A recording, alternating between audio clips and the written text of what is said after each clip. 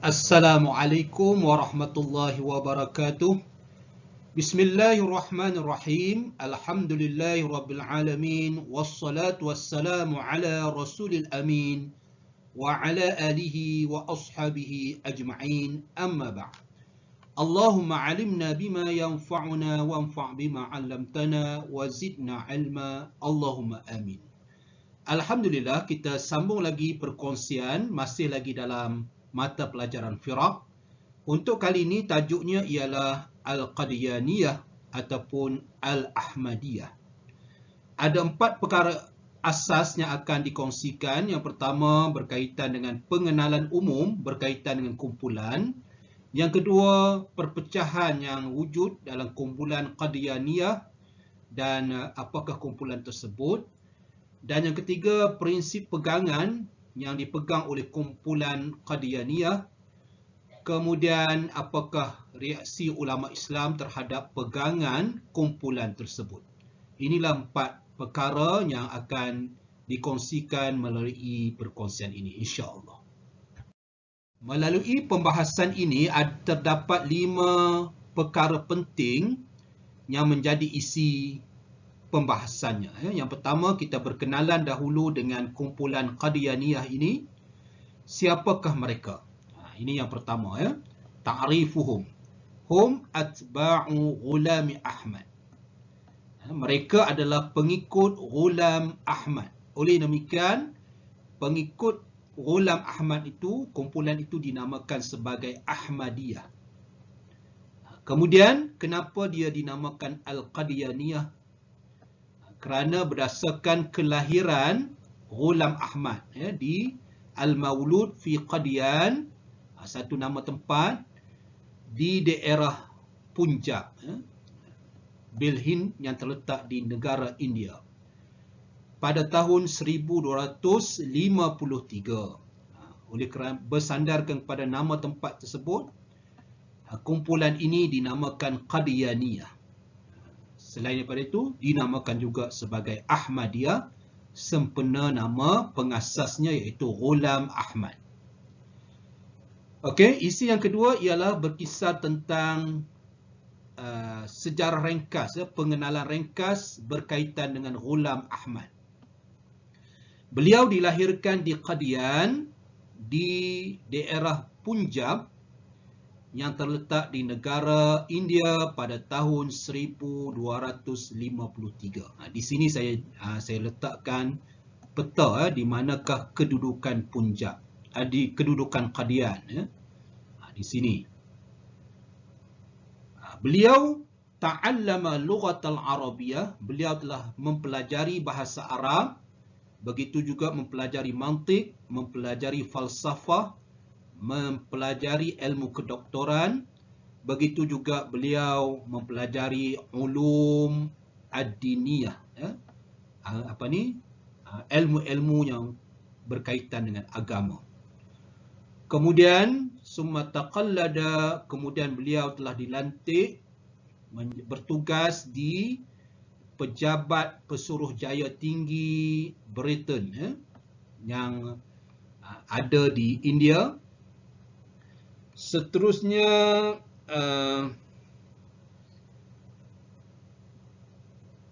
kemudian summastaqala minha, kemudian beliau telah kemudian beliau telah tidak lagi mana meletak jawatan, tidak lagi bekerja di Pesuruhjaya Tinggi Britain tersebut. Walamma maradal waliduhu, ketika mana bapanya sakit, beliau telah mendakwa, iaitu Ghulam Ahmad tadi mendakwa annahu nazala alaihi al-wahyi. Beliau telah mendakwa dirinya telah menerima wahyu, dan wahyu tersebut memberitahu tentang masa kewafatan ataupun kematian bapanya. Itulah permulaan kepada perkembangan selepas itu bagi kumpulan Qadian. Dia telah mendakwa bahawa dia mendapat wahyu menceritakan tentang masa kematian bapanya. Seterusnya, isi yang ketiga iaitu berkisar tentang pembahagian kumpulan Qadian ini ataupun pecahannya yang berlaku selepas mana kematian Ghulam Ahmad. Wa qad zalla atba'uhu firqatan wahidatan muddata hayatihi. Ketika beliau hidup, iaitu Ghulam Ahmad hidup, kumpulan Qadian adalah merupakan satu kumpulan.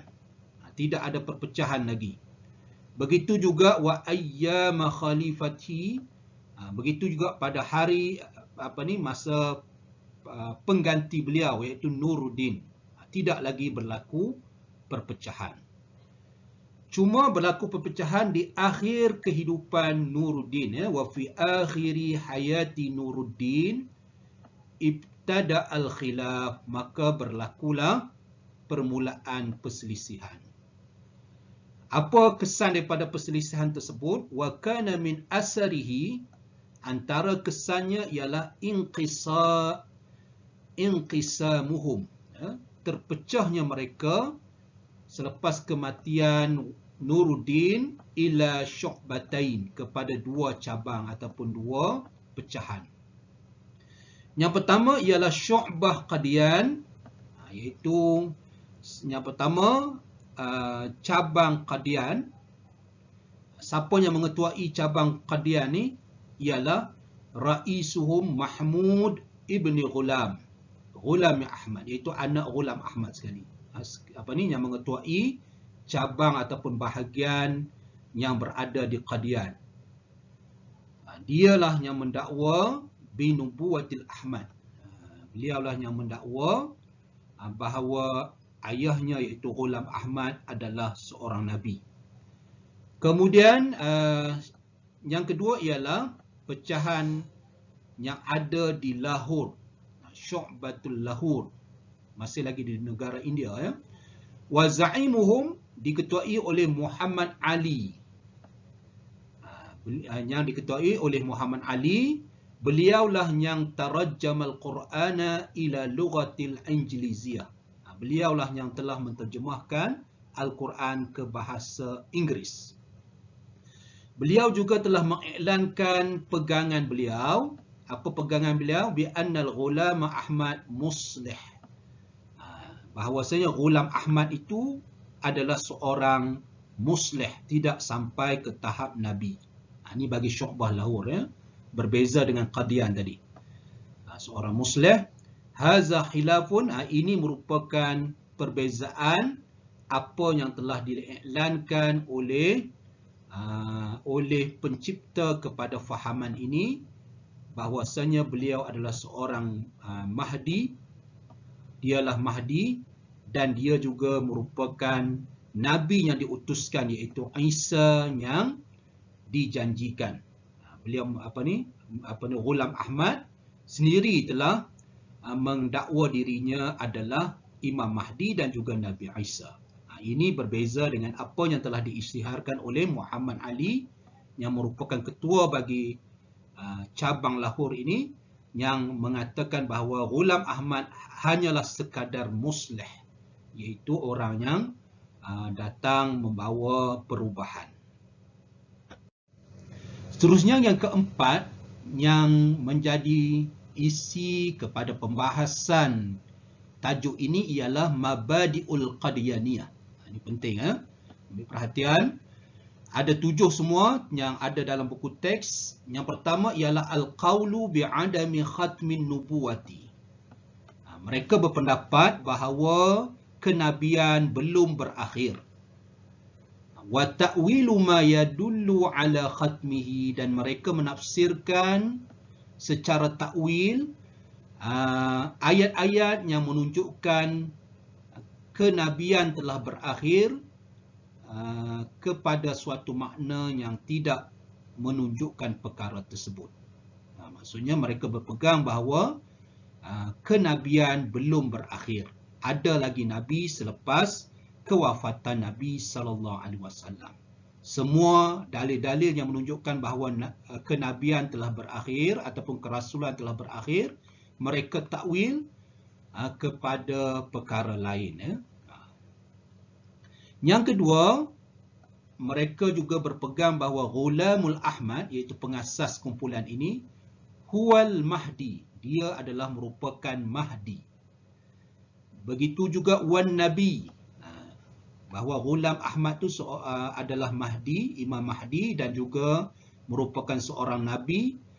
Al-Mu'ayyad, seorang Nabi yang mu'ayyid, seorang Nabi yang mu'ayyidi li syari'atil Muhammadin sallallahu alaihi wasallam, seorang Nabi yang mengukuhkan lagi syariat Nabi Muhammad sallallahu alaihi wasallam.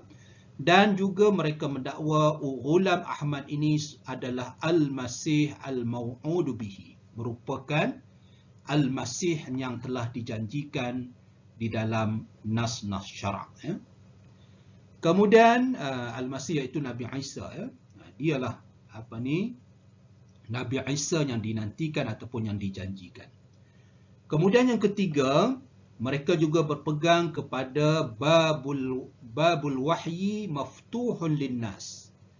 Oleh kerana mereka mengatakan bahawa kenabian itu belum berakhir, maka wahyu juga terbuka kepada manusia. Waqad nazala alaihi alwahyu. Dan oleh demikian telah turun kepadanya wahyu, wa yasma'uhu ba'du atba'ihi, yang telah didengari berkaitan dengan penurunan wahyu tersebut oleh sebahagian pengikutnya. Dan yang keempat, mereka juga berpegang kepada tahrimul jihad.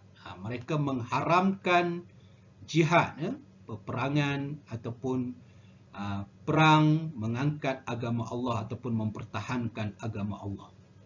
Wa da'watu ila ta'ati wulatil umur al-Injlis.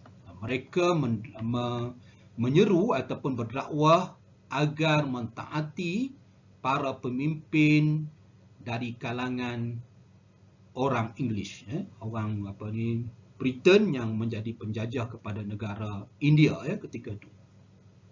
Dan yang kelima ialah Qadian wa masjiduha tumasilu Makkah wa masjidaha. Qadian, tempat itu, tempat Qadian tu nama tempat, Qadian, dan juga masjid yang ada di Qadian tu menyamai ataupun setaraf dengan Mekah dan juga masjid yang ada di Mekah. Wa hajju ilaiha misla Makkah, dan juga menunaikan haji ke tempat mereka itu, iaitu Qadian, seumpama menunaikan haji juga di Mekah. Dan yang keenam, yang menjadi pegangan mereka ialah takfir man la yasduqu bihi. Mereka mengkafirkan sesiapa yang tidak membenarkan dakwaan Ghulam Ahmad di kalangan orang Islam. Mengkafirkan. Dan yang ketujuh, mereka ida'auhum, dakwaan mereka annal ma'nal maqsud, bahwasanya makna yang dikehendaki daripada ayat-ayat Al-Quran tidak diketahui melainkan Al-Masih Al-Qadiani, melainkan Ghulam Ahmad itu sahaja yang boleh mengetahui maksud sebenar dalam ayat Al-Quran. Mereka juga wa inkaruhum sunnat Rasul sallallahu alaihi wasallam aslun fi tasyri'. Mereka juga mengingkari bahawa sunnah Nabi sallallahu alaihi wasallam, iaitu hadis, merupakan sumber di dalam pensyariatan hukum dalam Islam. Mereka mengingkari perkara tersebut. Seterusnya, berkaitan dengan reaksi ulama Islam terhadap dakwaan-dakwaan yang dinyatakan oleh kumpulan Qadian tersebut. Iaitu pada tahun 1394 telah diadakan inaqadal mu'tamarun kabirun bi rabitatil alamil islami bi Makkatil Mukarramah. Telah diadakan suatu muktamar yang besar oleh Rabitah Alam Islami, yang mana dihadiri hadarahu mumassilun, telah dihadiri oleh wakil-wakil li munazzamatil Islamiyah al-alamiyah, yang dalam muktamar tersebut dihadiri semua wakil gerakan ataupun kumpulan-kumpulan Islam antarabangsa. Di dalam muktamar tersebut, wa'a'lanu, mereka telah mengiklankan ataupun telah mengisytiharkan kufra hazihil ta'ifah, telah mengisytiharkan bahawa kumpulan Qadian merupakan bukanlah kumpulan Islam. Mereka adalah golongan yang kafir, khurujaha 'anil Islam, dan mereka juga mengiklankan bahawa kumpulan Qadian terkeluar daripada Islam. Itu yang pertama. Begitu juga kumpulan reaksi yang berlaku di Pakistan. Qama Majlisul Ummah Pakistan telah mengadakan, telah menganjurkan munaqashah, perbincangan dengan Za'imut Taifah Mirza Ahmad. Mereka telah mengadakan perbincangan dengan Mirza Ahmad hampir 30 jam. Qarabata salasina sa'atan, yang di dalam perbincangan tersebut ajaza fiha, makna tak mampu dalam perbincangan tersebut Nasiru Ahmad anil ajwibah. Mana dalam perbincangan tersebut pembantu ataupun penolong kepada Ahmad tidak mampu menjawab persoalan-persoalan yang dikemukakan dalam perbincangan tersebut. Berikutan dengan itu, fa asdaral majlisu, telah mengeluarkan Majlisul Ummah Pakistan tadi qararan, satu ketetapan, bi'tibar al-qadiyaniyati aqalliyatan ghaira muslimatin, merupakan kumpulan yang bukanlah kumpulan Islam. Itulah ketetapan yang dikeluarkan oleh Majlis Ummah Pakistan, yang telah mengeluarkan ketetapan bahawa Qadiyaniyah merupakan satu kumpulan bukan kumpulan Islam. Berdasarkan lima taqaddama minal mabadi, berdasarkan pegangan mereka, dan juga ditambahkan lagi perkara-perkara berikut. Yang pertama, mereka mentashbihkan Allah dengan manusia. Mereka menyamakan Allah dengan manusia. Begitu juga ditambah dengan id'a'uhu annahu ibnullah. Dia mendakwa bahawa dia anak Allah. Wa imanuhu bi'aqidatit tanasuh. Begitu juga Ahmad tadi mengimani dengan pegangan tanasuh, jelmaan, menjelma dalam sesuatu tubuh, wal hulul, meresapi, wal ittihad, dan bersatu. Semua ni adalah dakwaan-dakwaan yang membawa kepada ketetapan bahawa kumpulan Qadiyaniyah ini adalah bukanlah kumpulan Islam, kerana dakwaan-dakwaan tersebut. Apa beza hulul dengan ittihad? Hulul ni resap yang boleh berpisah, manakala ittihad meresapi dan juga tak boleh berpisah dah. Itu nama dia ittihad. Itu dakwaan yang bahwasanya Allah itu menjelma dalam diri mereka dan sebagainya. Itu pegangan yang menyebabkan adanya respon ataupun reaksi daripada ulama-ulama Islam yang telah menetapkan bahawa Qadiyaniyah ini bukanlah kumpulan Islam, bahkan terkeluar daripada Islam. Begitulah tadi isi-isi penting berkaitan dengan pembahasan Qadiyaniyah ataupun Ahmadiyah. Wallahu alam, semoga bermanfaat. Sehingga bertemu lagi dalam perkongsian yang lain. Jazakumullah khairan katsira. Assalamualaikum warahmatullahi wabarakatuh.